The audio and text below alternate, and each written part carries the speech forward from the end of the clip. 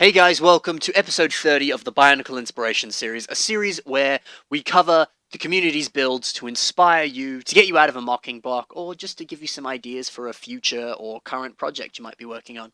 This episode is on custom head designs. In the past, I've done an episode just about head designs, which I believe was episode like 2 or 3 or something, but I'm always happy to redo past episodes in brand new ways and covering some newer stuff because as good as that episode may or may not have been, there's always new stuff that comes up and always new ways to look at things. So that's what this episode is today. So without further ado, let's begin. The first mock we have today is by Jafer and is called Scorpion. Now, what I really like about this head design is it incorporates a lot of system parts, and I think that's freaking awesome. Overall, there's a really nice sense of flow with this. A lot of the purple that's used on this mock is a lot of system parts. So kind of repeating that texture with the studs and everything over and over again really helps everything flow nicely together. Plus, it allows you to use a really cool part that actually, over time now, has actually a decent part selection with the color of purple, but it is still not as easy to come by, and a lot of people really like using it. So, kind of doing it in this way, where it's sort of spaced sporadically throughout the mock and just with system parts, still has a nice sense of flow, still looks really complete on the mock, but allows you to use an otherwise sort of semi-rare color. I guess it's kind of more common now, but I think that's a very cool way to incorporate a really nice looking color. And you could do that with all sorts of different colors that System has and maybe Bionicle doesn't have as big a range of. The actual head design itself has this really cool kind of like almost Transformer kind of vibe, which you really couldn't achieve with a mask or even with Bionicle parts, because a lot of the smaller parts really allow for a lot more intricate details and things like that, which is what's so awesome about using System in a Bionicle mock. Another really cool thing I like is this sort of handlebar piece there that kind of goes over the stud and kind of gives it a more sort of sinister looking eye design there. Also, I doubt that it's intended on the mock, but he could technically have posable eyebrows with that, because obviously that would still move up and down. Which I'm sure would be just a happy accident and not intended for the mock. But hey, if you want posable eyebrows on a mock, there you go. Do it. Just a little additional side note, I really also like the chest design on this mock, just repeating all those sort of arm finger pieces there.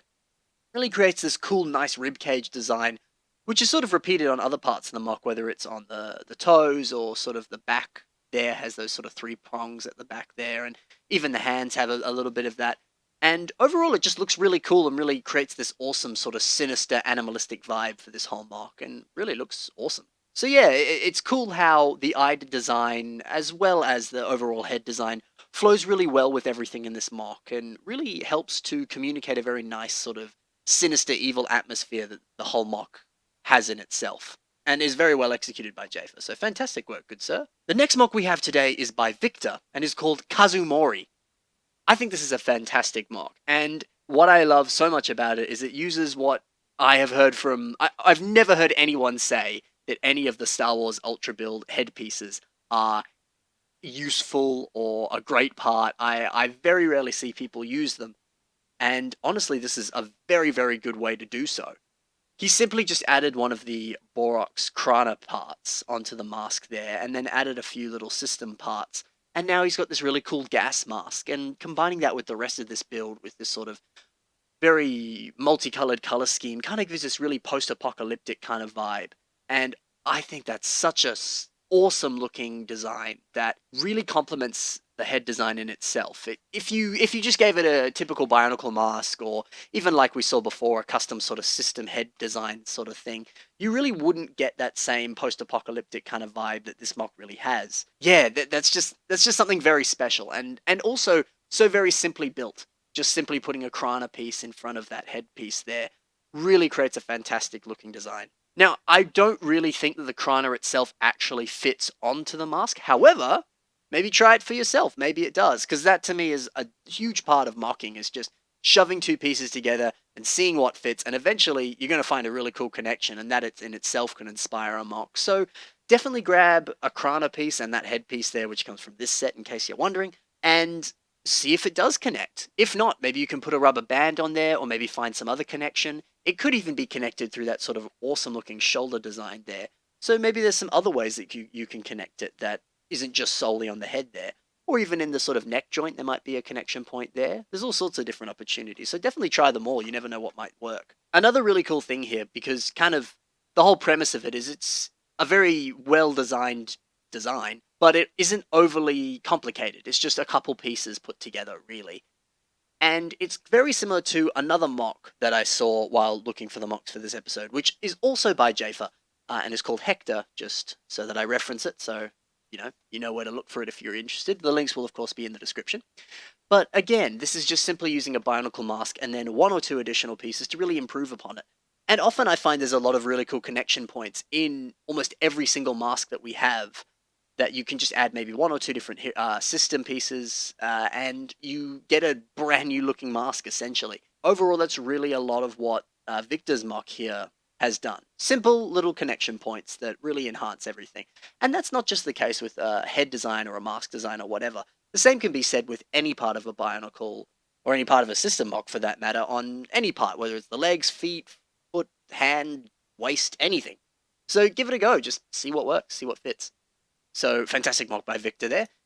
The final mock we have is Talos, Sorcerer of the Undead by Andrew James Steele or Luigi1456 Andrew on Instagram. What a fantastic, awesome mock. I'm going to show a few pictures of this as it was going through different phases as it was being built when it was a work in progress into its final form. There's so many cool things going on here. First of all, I can't resist talking about this fantastic throne design that he's got here. I have almost never seen a throne design for a Bionicle mock. Maybe like once or twice, but I can barely remember it. And this is so freaking well built. I think it's fantastic. And he looks so badass sitting on it. And it even complements him quite well. It's amazing. But what we're meant to be talking about, the head design, gives a really awesome, like, kind of skull vibe that really flows very, very well with the rest of this mock and doesn't look out of place even a little bit. Using one of those system grill plates on the front there creates a really cool, like, skull design, which, again, you just couldn't really create using Bionicle parts. So again, using system is such a perfect way to create a really awesome custom head design. Another really cool thing is having some more flowing parts, as we've sort of talked about already, whether it's the colors flowing together or even just certain repeated elements like those General Grievous sort of shin plates being on the arms there, as well as the head. Again, creates a nice sense of flow. But something I really like about this is using one of the Vorox pieces for the chest there. Technically, it's still a head because it is a mask, and I guess it's not on the head, but using masks throughout a mock actually is a really, really cool thing. I think it looks fantastic here. A lot of the textures on there have a sort of more rugged, almost like sort of skull bone kind of vibe to them, which really complements the head design there. I think that's just looks fantastic. And again, creates a nice sense of flow, which is something that I've sort of said a lot in this episode, but I think it really enhances this mock and makes it just look fantastic. And overall, there's a lot of really cool shaping and repeated elements on here that really bring the mock together. So, fantastic mock from Mr. Andrew James Steele, Luigi17, blah, blah, blah. Great work. Got a bonus mock just to round off the episode because this is just a head. There's no mock with it, so I figured I'd just put it at the end here. But I think it's a fantastic mock by Mr. Losnuva, and this is just called Sidorak, in brackets, head. So this was inspired by, of course, well, actually it's inspired by a Mr. DU7734, or IDS's head design, which here they are. And of course, there's some really cool stuff going on here, but I wanted to specifically talk about Losanuva's one. I really like what he's done with the eye design there, using some of these trans orange tooth pieces and then wrapping around a tire behind it. Tires are such a fantastic part to use because you really can just wrap them around anything. You can even invert them and then have the different texture on the inside, on the outside now. And you're able to cover up a lot of stuff and smooth things out and cover up a lot of gaps and things with tires. They're such a fantastic part to use. And overall, it really kind of accents his eyes and makes them look even more sinister and a lot like the movie as well. And again, I think that's such a fantastic idea, is to build a mock inspired by designs from the old Bionicle movies, or even some of the Hero Factory movies, or even some of the Gen 2 Bionicle movies. Because the designs are, of course, slightly different to the toys. And building a version that's a little bit more accurate would be a fun thing to do. And also something that I think is really cool about this mock is, like I said, it is just the head design, but that doesn't stop it being cool. There's a lot of really awesome talking points about this mock, as we've already seen.